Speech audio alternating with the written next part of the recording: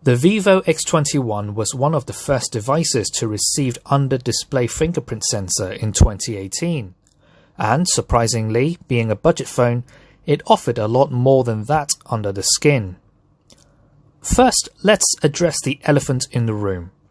The fingerprint sensor is not accurate nor quick, no matter how carefully you set it up. It still takes a couple of tries to authenticate, but I won't blame Vivo for it, as its technology was still at infancy stage. But when it does work smoothly, it looks very cool. Having an under-display fingerprint sensor means that there's more screen to view, and is it a beautiful one? Despite having an ugly notch, the 6.3-inch Super AMOLED display is gorgeous to say the very least, which is perfect for viewing the stunning photos taken from the dual cameras. The 12-megapixel lens, 5-megapixel depth sensor and post-processing software work coherently to produce sophisticated pictures.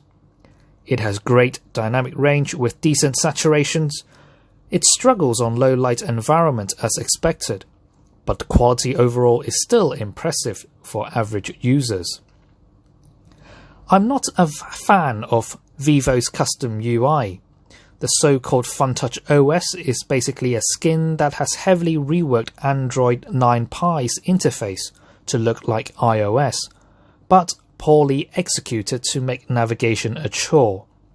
Honestly, I would root it the day I get it, though I'm not sure it would sabotage the functionality of the fingerprint sensor. The SoC is a mid-range Snapdragon 660. It is capable of handling typical media demands, but it starts to show its limitation on heavy gaming, where it has to reduce graphic details to maintain consistent refresh rate. So what other sacrifices have you made for paying such a low price of 2,300 Hong Kong dollars back in 2018? Well, for starters, build quality. The chassis feels light and cheap, the shape is uncomfortable to hold, the buttons are flimsy, then it uses mini USB ports, so there's no fast charging, and neither is there NFC. But for an average Joe, it's a small price to pay.